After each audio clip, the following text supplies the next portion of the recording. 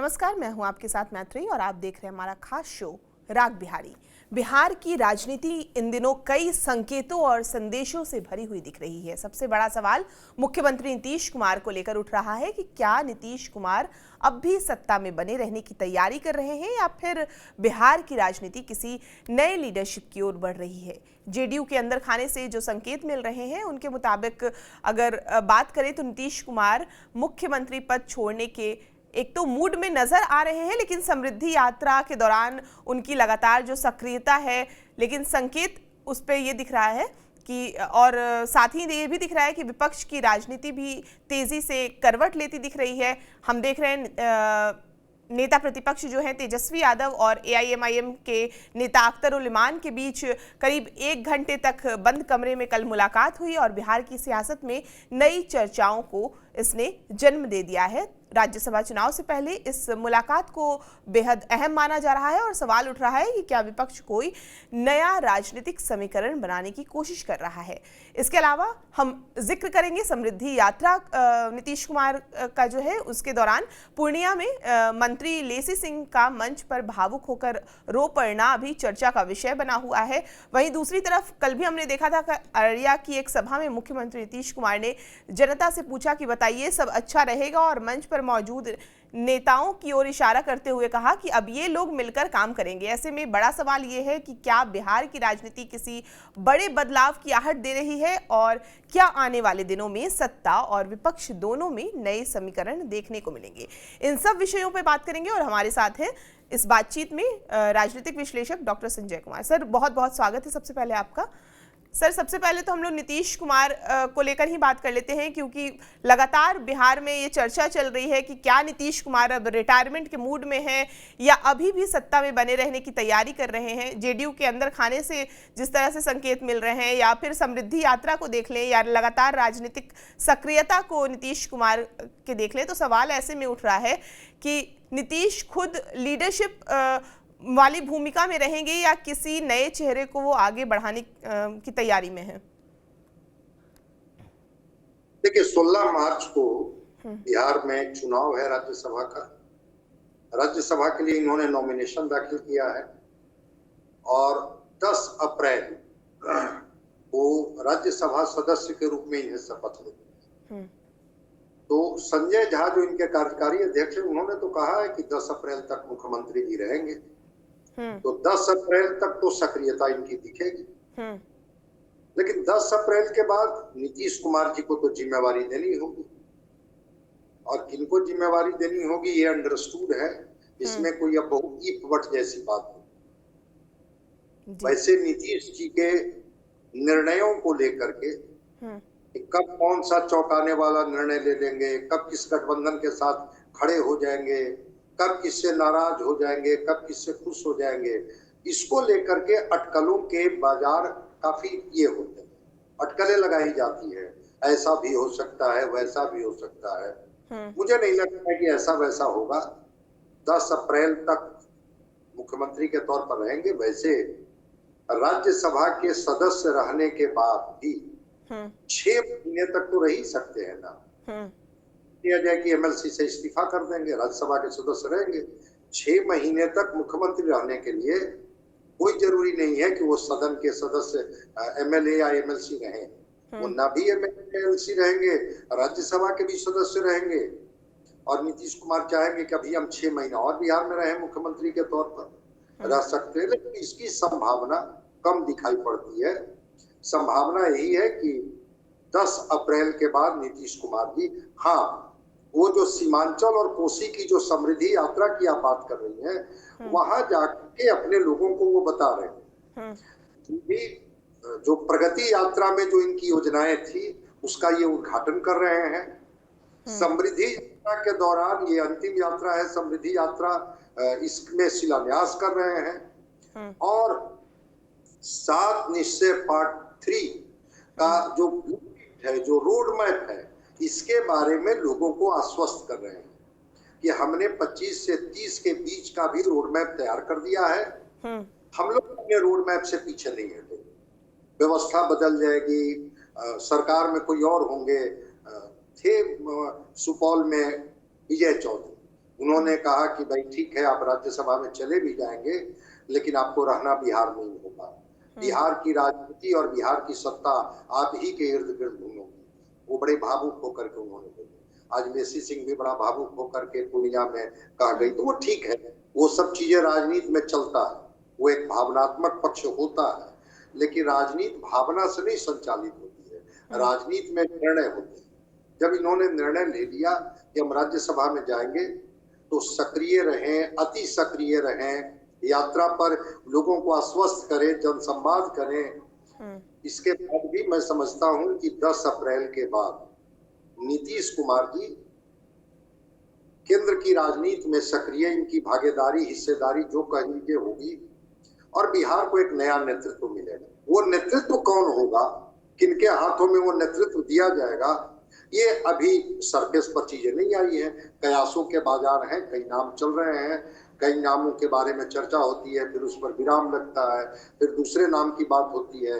और बीजेपी कभी कभी चौंकाने वाले जो नाम देती है, राजस्थान में आपने देखा शिवराज सिंह चौहान को रिप्लेस करके कैसे मोहन यादव को आपने देखा, कैसे उत्तराखंड में आपने देखा, तो इस तरह के नाम देते रहती है जिस पर लोग सोचते भी नहीं है। लेकिन नीतीश कुमार के समृद्धि यात्रा और जनसंवाद और सक्रियता को इससे न देखा जाए कि अब नीतीश कुमार अब फिर से बिहार में ही रहेंगे। रहने के तो मैंने विकल्प बताया कि 6 महीना तक अगर वो चाहेंगे तो जी सकते हैं, कौन उनको हटा। लेकिन ऐसा नीतीश कुमार करेंगे नहीं। अगर ऐसा करना होता तो राज्यसभा में नहीं जाते। बयान तो अभी यहाँ तक चल रहा है कि राज्यसभा से इस्तीफा दे देंगे, वही रहेंगे, उतना बड़ा अनुभवी नेता कोई नहीं है। अगर यही करना होता तो फिर राज्यसभा के लिए नॉमिनेट क्यों होते, क्यों नॉमिनेशन, और कोई दूसरा तो उनको करा नहीं रहा है। वो तो खुद अपनी पार्टी से खुद राज्यसभा में जा रहे हैं। तो ये कहा जा सकता है कि कोई उन पर दबाव दे रहा है, जिस दबाव की वजह से नीतीश कुमार राज्यसभा में जाने का निर्णय लिया। मैं मानता हूं कि राज्यसभा में जाने का निर्णय उनका खुद का है। समृद्धि यात्रा और उनकी सक्रियता और ये बात कहने का जो मतलब है, उसका मतलब यही है कि जो रोड मैप हमने 30 तक के लिए बना दिया है, और वो बार बार अपनी सभाओं में एक चीज को दोहराते हैं, बिहार में क्या था, शाम के बाद कोई निकलता था, वो डर का क्या वातावरण था। अब पूर्णिया में तो बोल गए कि जब वो किसी के दरवाजे पर जाते थे और कहते थे कि मैं नीतीश कुमार आ गया हूँ ना, तब उनके दरवाजे पर थे। खैर मुख्यमंत्री जी हैं, वो कुछ भी बोल सकते हैं। सांप्रदायिक सौहार्द की बात करते हैं कि कैसे विकास की बात करते हैं, बेहतरी की बात करते हैं, बदलाव की बात करते हैं। तो मुख्यमंत्री जी रहेंगे तब भी और नहीं रहेंगे तब भी। जेडीयू के सर्वश्रेष्ठ नेता है, राष्ट्रीय अध्यक्ष हैं, 85 विधायक हैं उनके। तो नीतीश कुमार जी को बोलने का, सक्रिय रहने का, अति सक्रिय रहने का पूरा अधिकार है बिहार में। इससे कौन उनको रोक देगा। लेकिन मुझे लगता है कि मैक्सिमम 10 अप्रैल के बाद जब ये शपथ ग्रहण करेंगे वहां राज्यसभा में, उसके बाद बिहार की कहीं और को दी जाएगी। बिल्कुल सर, क्योंकि समृद्धि यात्रा की बात हो रही थी तो लेसी सिंह का भी आज जिक्र हुआ पूर्णिया में, जिस तरह से वो भावुक हो गई और कार्यक्रम में उन्होंने नीतीश कुमार के लीडरशिप और उनके विकास कार्यों का जिक्र करते हुए वो भावनात्मक कुछ बात बोली। उसके बाद अररिया में भी हमने कल देखा था कि जिस तरह से वो जनसभा को संबोधित कर रहे थे नीतीश कुमार, और जनता से बड़े आत्मीय भाव से उन्होंने पूछा कि बताइए सब अच्छा रहेगा ना, तो जनता की ओर से भी आवाज़ आई कि हाँ सब अच्छा रहेगा। इसके बाद उन्होंने मंच पर मौजूद जो सीएम डिप्टी सीएम है हमारे सम्राट चौधरी, मंत्री विजय चौधरी और लेसी सिंह की तरफ उन्होंने इशारा किया और कि ये सब अब मिलकर बिहार में काम करेंगे। तो इसके बाद कई तरह की चर्चाएं होने लगी, मंत्रिमंडल में बदलाव की भी बात होने लगी, भविष्य की राजनीति को लेकर भी बात होने लगी। कहा जाने लगा कि नीतीश कुमार के भरोसे कुछ मंत्री हैं, जैसे विजेंद्र यादव का नाम इसमें सबसे ज़्यादा बात उनकी होती है कि विजेंद्र यादव जो हैं वो नीतीश कुमार के काफ़ी करीबी हैं, और जिस तरह से शायद नीतीश कुमार नहीं अगर सीएम रहते हैं तो विजेंद्र यादव का क्या होगा, अशोक चौधरी जो भी उनके किचन कैबिनेट के जो भी मंत्री हैं उनका क्या होगा, वो पद क्या छोड़ सकते हैं या बने रहने की उम्मीद है? ये डिपेंड करता है नीतीश कुमार पर। नीतीश कुमार जेडीयू के तरफ से किनको मंत्री बनाए रखेंगे, ये तो नीतीश कुमार को तय करना है ना। नीतीश कुमार चाहेंगे कि विजय चौधरी रहें, लेसी सिंह रहें, श्रवण कुमार रहें, अशोक चौधरी रहे तो ये लोग रहेंगे, विजेंद्र यादव रहे तो रहेंगे ये लोग, नीतीश कुमार अगर नहीं चाहेंगे तो नहीं रहेंगे। भाई ठीक है, गठबंधन की सरकार है, काउंसिल ऑफ मिनिस्टर्स में कौन लोग रहेंगे ये तय करने का कॉन्स्टिट्यूशनल राइट मुख्यमंत्री का होता है। लेकिन ये बात सैद्धांतिक है, व्यवहारिक ये होता है कि बीजेपी कोटे से नीतीश कुमार जी जब मुख्यमंत्री हैं तो कौन कौन लोग मंत्री होंगे ये तो लिस्ट बीजेपी देती है। जो लोजपा रामविलास की पार्टी, चिराग जी की पार्टी है, उनके तरफ से कौन मंत्री होंगे इसका लिस्ट चिराग जी दिए होंगे। जीतनराम मांझी जी की पार्टी से कौन होंगे वो जीतनराम मांझी दिए होंगे, और उपेंद्र कुशवाहा की पार्टी से कौन होंगे वो उपेंद्र कुशवाहा दिए होंगे। तो ये तो अंडरस्टूड है ना कि अगर नीतीश कुमार जी जिनको मंत्री बनाए रखना चाहेंगे और जिसका लिस्ट ये देंगे कि भाई जेडीयू कोटे से ये लोग मंत्री रहेंगे, बीजेपी कैसे डिनाई कर सकती है। हाँ, मंत्रालय को लेकर के, विभाग को लेकर के कुछ हो सकता है कि इनको ये विभाग दिया जाए, इनको ये विभाग दिया जाए, लेकिन मंत्री पद तो जेडीयू जो उसकी हिस्सेदारी है वो तो चाहेगी और मिलेगा उनको। तो ये मैं मानता हूं कि इसको इस रूप में ना देखा जाए। भावुकता के और भी कारण होते हैं। मुख्यमंत्री रहते हुए विजय चौधरी, विजेंद्र यादव, लेसी सिंह जैसे, अशोक चौधरी, ये श्रवण कुमार, इन लोगों को लगता है कि सब कुछ के बाद भी नीतीश कुमार का कोई ये नहीं हो सकता है, कोई जगह नहीं भर सकता है। तो है, और ह्यूमन बीइंग है ना, आदमी इंसान है ना, इंसान हो अब भावना शून्य हो जाए ऐसा थोड़े संभव है। भावना तो आ ही जाती है, और उसी भावना में विजय चौधरी जी भी भावुक हो गए थे वहां मंच पर, यहाँ लेसी सिंह भावुक हो गई, विजेंद्र यादव जी भी। मैं देख रहा था कहीं सोशल मीडिया पर कि कह रहे थे कि अब आप मुख्यमंत्री नहीं रहिएगा तो मैं भी मंत्रिमंडल में नहीं रहूंगा, मैं तो आपकी वजह से था। इस तरह की भावनात्मक बातें होती हैं, लेकिन राजनीति व्यवहारिक धरातल पर होता है और व्यवहारिक धरातल पर चीजें होती हैं। ऐसा नहीं है कि नीतीश कुमार जी अब किस रणनीति के तहत उन्होंने केंद्र में जाना स्वीकार किया, ये तो नीतीश कुमार जी के अपने निर्णय। स्वास्थ्य को लेकर के बहुत तरह के सवाल उठाए जा रहे थे और विपक्ष क्या क्या नहीं आरोप इन पर लगाता था। क्या कौन सा एडजेक्टिव था जो छूटा हुआ था? बेबस, लाचार, अचेत, कुर्सी कुमार, अब तो डिक्शनरी भर गई थी इन शब्दों से। और उसके बाद भी नीतीश कुमार मुख्यमंत्री थे और चुप रह करके उन लोगों को जवाब देते थे। लेकिन नीतीश कुमार जी और नीतीश कुमार जी के जो भी साथी रहे होंगे, उन्होंने उनको कहा होगा कि केंद्र की भूमिका में आपको जाना चाहिए, निशांत की लॉन्चिंग होनी चाहिए। निशांत को सक्रिय सदस्य बनाया गया, 38 जिले की यात्रा पर जाएंगे, डिप्टी सीएम बनाने की बात है।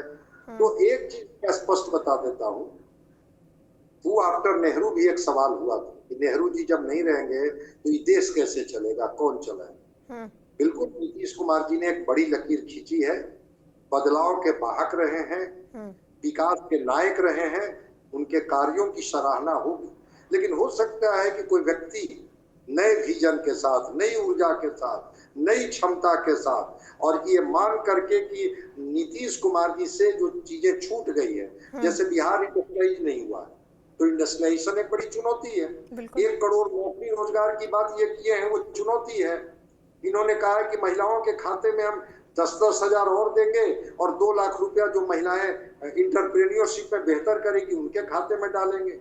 तो जो चीजें छूट गई, अभी बिहार के सामने बड़ी चुनौती क्या है? नौकरी, रोजगार। तो नौकरी और रोजगार कहाँ मिलेगा? जब इंडस्ट्रियलाइजेशन होगा, जब ज्यादा से ज्यादा इंफ्रास्ट्रक्चर डेवलप करेगा। और वहां पर एक संभावना बन रही है 1 करोड़ नौकरी और रोजगार। पलायन क्यों करते हैं लोग? मजबूरी में ही तो करते हैं। अगर बिहार में ही वो बेहतर वातावरण मिले तो क्यों लोग जाएंगे? साउथ के लोग तो नहीं आते हैं पलायन करके बिहार में। कभी देखा है कि तमिलनाडु, केरला और आंध्रा, कर्नाटका के लोग जो हैं वो आते हैं इधर? उनके यहाँ इंडस्ट्रियलाइजेशन है, उनके यहाँ इंफ्रास्ट्रक्चर है, उनके यहाँ जॉब सिक्योरिटी है, उनके यहाँ इस तरह का वर्क कल्चर है कि वही काम करते हैं। तो नीतीश कुमार के बाद जो लोग भी आएंगे, जो दायित्व को संभालेंगे, उनके सामने एक बड़ी चुनौती होगी। हो सकता है कि नई ऊर्जा के साथ एक जिम्मेवारी ली जाएगी। और केंद्र जहां बीजेपी की सरकार है, ठीक है, उस सरकार को समर्थन दे रही है जेडीयू, चंद्रबाबू नायडू, वो लोग फंड पंप करेंगे और फंड पंप करके डबल इंजन की सरकार जिसमें बिहार और केंद्र दोनों की मदद से एक और नई ऊर्जा के साथ बिहार को बेहतर बनाने की कोशिश की जाएगी।